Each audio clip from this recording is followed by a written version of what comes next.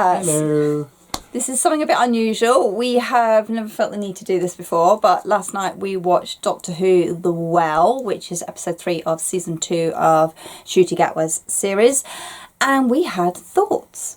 So This is going to be a casual conversation as a long-term fan and a new-term fan. Or lapsed fan. Yes. Yeah. A fan by proxy. Yes, afraid so. Okay. So we did iPlayer, the episode, because we were busy, and frankly I prefer watching it on iPlayer than live TV, because we don't really watch the BBC much anymore. Don't justify not paying the licence. Absolutely.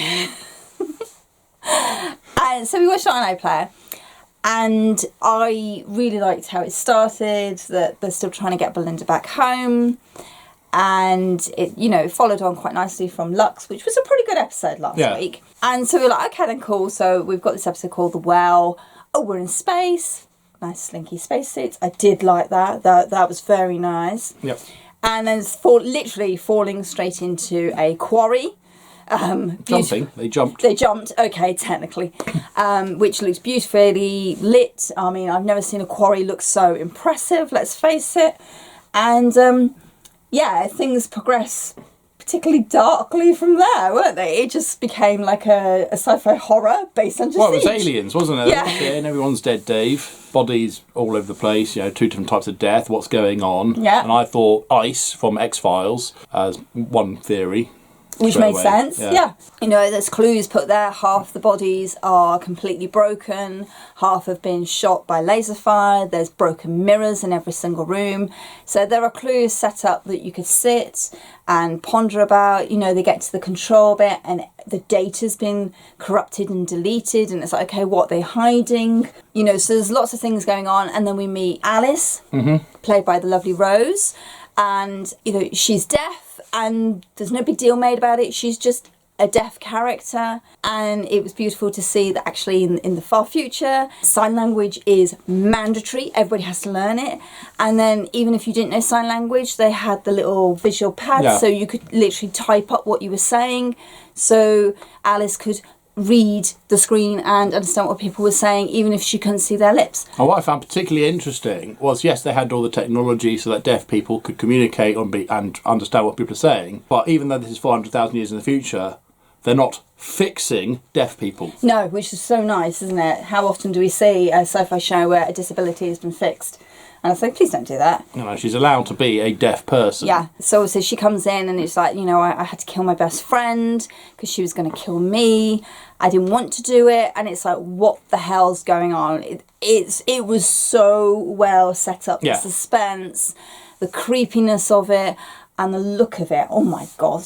This space station, it's a mining colony, wasn't it? Yeah, well, it might as well be a space station. Yeah, but it looks so good. It's nice when an effort's put in. And I know this is a family show, but they really did, I think, push the envelope of how far they could go. I mean, and don't forget, these bodies are lying around for 15 days, so they're not fresh bodies at all. And I think it did take me about a bit, they were perhaps a little too pristine, but I did think maybe that was part of it. So why 7, showing, there's only so much you can show, yeah. I went there sort of, well, why are they so well contained? Yeah, has something killed the bacteria? Has decomposition stopped? I actually went down that line. Of course, that was just because we can't have... Which actually, on a future mining colony, it would make sense that there would be some sort of antibacterial in the air to keep it all fresh and clean, because otherwise it's going to get really smelly. Or do these not quite humans not decompose in the same way? Absolutely. Because these aren't actually humans, as we learn. Yes. What are humans? What are humans? What's Earth? What a stupid name for a planet. Yeah. So you've got all that going on, and then the Doctor's like looking at the information. He uses his sonic just literally to, right, I've got the information back. What's that? Magic. Magic, brilliant, love it. No explanation. It's like, this is magic, because let's face it, that's what the sonic screwdriver effectively does. Impossible things. And needs sufficiently advanced technology. Is indistinguishable from magic. And then we get Belinda, who's doing her nursing thing, which is lovely to see that she is a nurse, and this is continuing. Yep. She's done the actual nursing bit in the first episode. She's compassionate in the second episode. She does more nursing in this episode, but obviously has to learn, because obviously the first aid kit is very, very different from what she's used to. Different physiology and all the rest of it. But, you know, so she's doing her nursing, she's being compassionate to Alice, she's making sure that she's safe, that she's okay, while they're surrounded by all these troopers with guns and that, who are just like, what the hell's going on? We'll shoot first, we don't care. And then there's this moment where, literally, I mean, we were both watching the screen. Well, that's how you watch a film. Thank you so much, darling. And Belinda goes, oh my God, what was that? And the music jumps right up into like a jump scare music. And it's like, but I didn't see anything. Literally, I didn't see anything at all that time.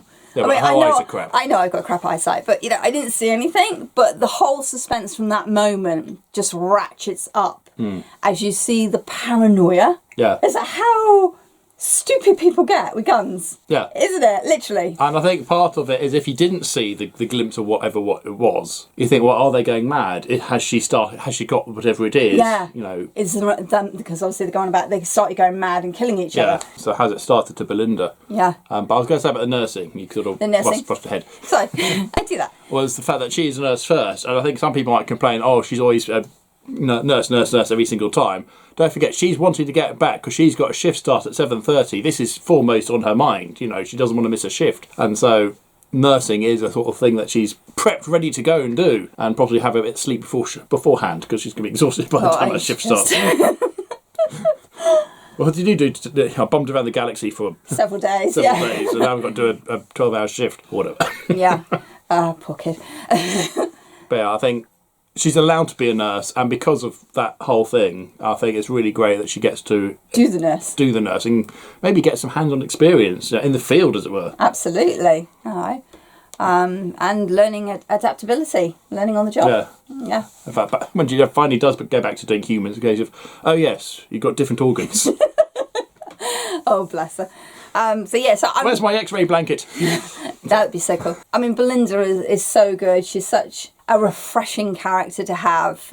She's probably, I mean, certainly one of my favourites since, I mean, I like Bill. I think Bill was probably the last character I really liked in Doctor Who. Okay. She feels real. Yeah, well, she doesn't want to be there. No. You know, she wants to get back. And so, you know, she, unlike all these fangirls that he's picked up in the... Yes, is this how you taught the girls into coming with you? Oh. You know, or whatever Scooby Crew they pick up. It's a case of... Yeah, I don't want to be here. I want to go home. You said you'd get me home, and you can't promise that you'll keep me safe. And I like that. You know, the Doctor makes these wild promises. Well, you can't promise that. She calls him out. She's constantly calling him out for it's like, no, you know, you don't get to scan me without my permission. You can't promise you'll keep me safe, because that's not how it works. I like that she's literally calling him out time and time again on stuff that, as you say, that all the fangirls have just been accepting. It's like, yeah, they trust him completely. And she's like, no. You know, she knows, she called him out in the first episode, you're dangerous. I mean, Rory figured it out really fast as well. You know, you make people a danger to themselves. Yeah. Which is why we really like Rory as well. Absolutely. So you've got all that tension, all that build up. Then they start seeing something behind Alice, and of course Alice is terrified because she's been isolated. She's made to sit in this circle on her own. They don't trust her, and it's like, well, can we trust her? Because she's the only survivor, and she's also not coming out with the truth. But then, had she told the truth, they would think she's just mad. They would have killed her straight up. And then it comes to a point, and I'm sure lots of people have seen this already all over the social media with all the fans just literally losing their head. And it's like, well, you know, what are we mining on this planet? Well, we're mining carbon-64. Well, where's that come from? What comes from this collapsed grey star? Well, what was it before? It was this extonic star. And I instantly, extonic, I know that word. Man who never forgets a single thing.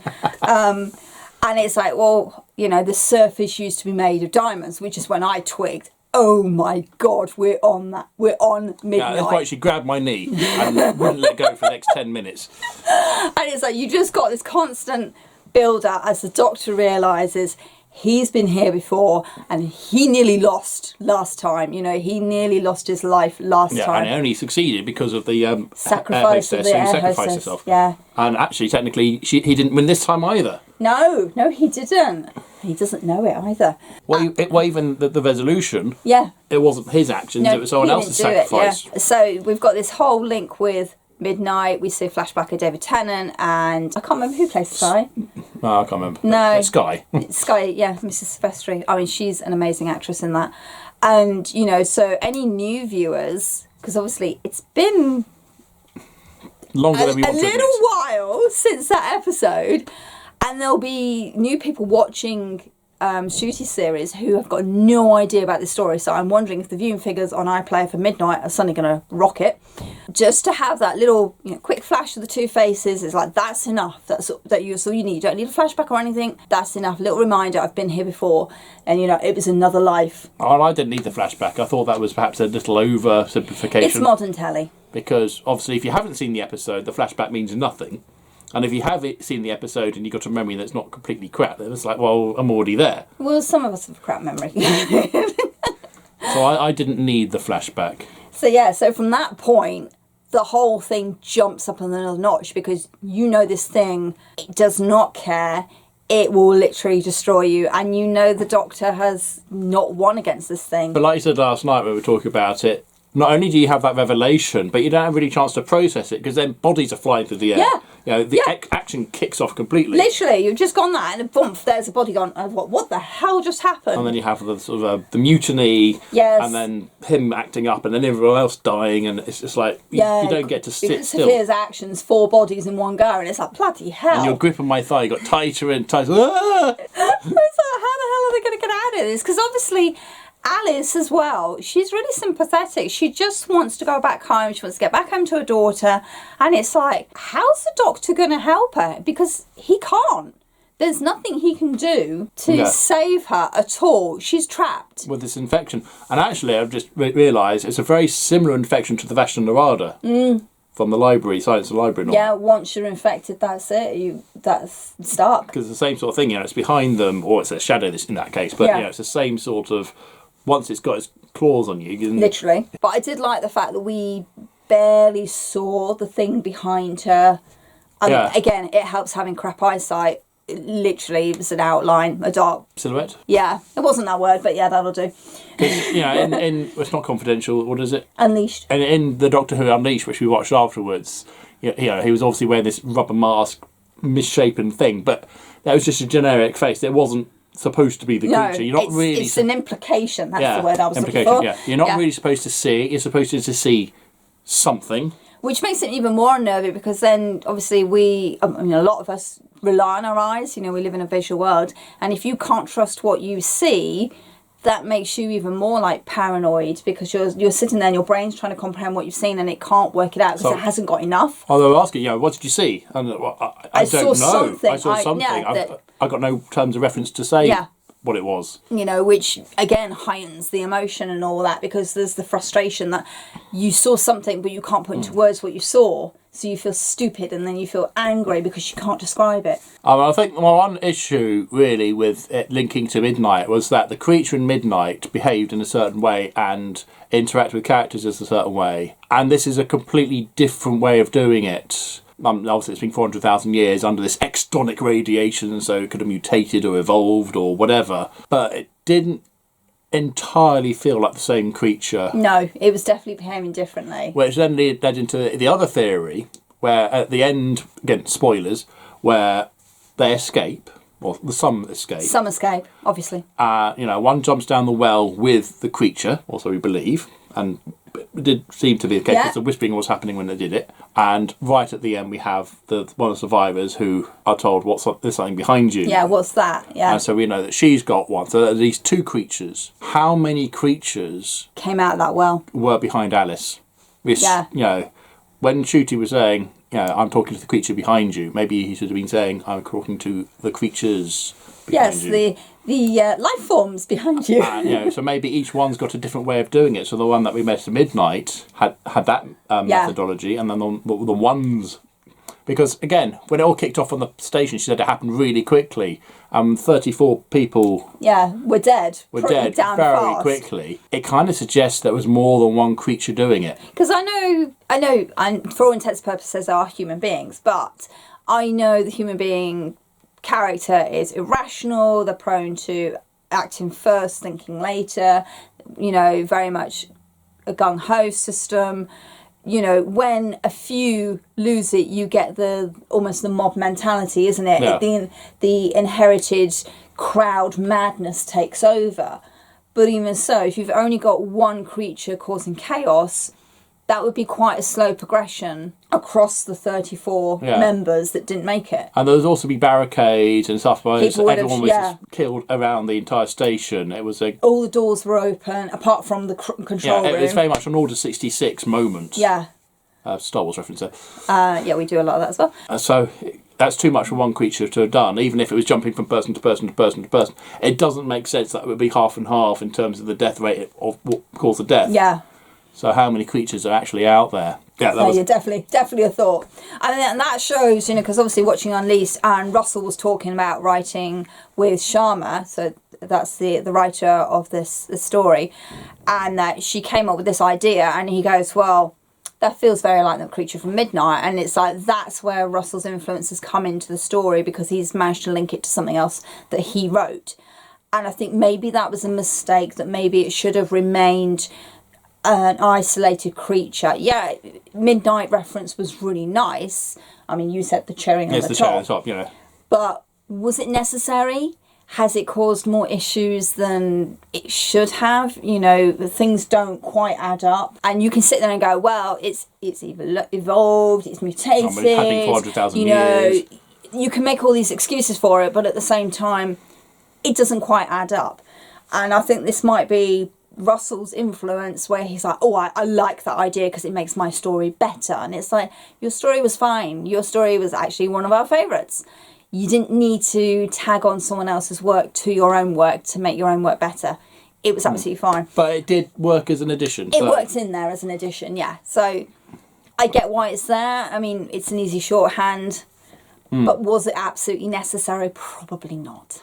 And of course, now that, again, spoilers for the ending, where it is revealed that the creature has got out, it's now in the wider universe. Please don't bring it back. Are we going to have more? Please don't bring it back. This is like one of the biggest, baddest things going.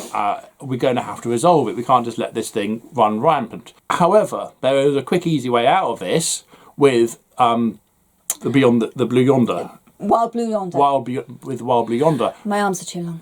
Because, the survivor realises what she's got behind her, knows that this is really bad, and 400,000 years in the future, there's probably got some spaceships that are capable of going to the ends of the universe. So she'll probably jump on one of those, whiz off to the end of the universe, and die a lonely death there, knowing that she's taken the thing with her, only for the 14th Doctor and Donna to discover this thing with the arm being too long. And picking up Sutek, because that's clearly where they got it. Yeah. To link in that other theory. Yeah, we do sit here and try and work out the plot holes that have been turning up since Russell has come back. Yeah. So, I mean, a proper sci-fi, base under siege, horror story. We've not had one of these for some time, and it was very, very well done. Yeah. The acting is amazing. I mean, apart from Rose, I didn't actually know anybody else in the cast at all. They were all faces I didn't know at all. They were all amazing. They were all very believable. Obviously, we're in quite a militaristic outfit. Yeah. Well, they've lost contact with this mining thing, so they're going to send the military sending the troops and all that. But then I would say the mining platform itself, they've got loads of guns if they're shooting each other with lasers. I mean, I think the whole species is very Martian, as it were, from The Expanse. They're very militaristic base. They all have their rules and their regulations and that they have to abide by. That's how it came across. And what was really, really sweet, actually, is the commander. She said right at the beginning, when they've been told, we can't read heartbeats because of the radiation, so there's still hope. And the commander turned and said, hope is irrelevant. And then right at the end, while she is about to sacrifice herself to save the others by taking this thing with her, she says, I went out there to bring hope. And I just thought that was a really beautiful, that this commander has been towing the line that hope is irrelevant. We just deal in absolutes almost. To, I went out to make the world, to make the worlds and the universe a better place for my people, because of what she'd grown up with. And to see that her acknowledgement of actually hope is the most powerful thing we have. I really like that. That was quite sweet. Cool. Yeah. The disappointing bit of the episode, it bugged both of us, is bloody Mrs. Flood. Don't care. She's tacked on at the end. And she's like, oh, you know, has the Doctor still got his vortex little signally thing going on? Oh, yeah, he's doing that. Oh, brilliant, brilliant. So clearly she's using that to cause whatever chaos is going on with Earth disappearing and that.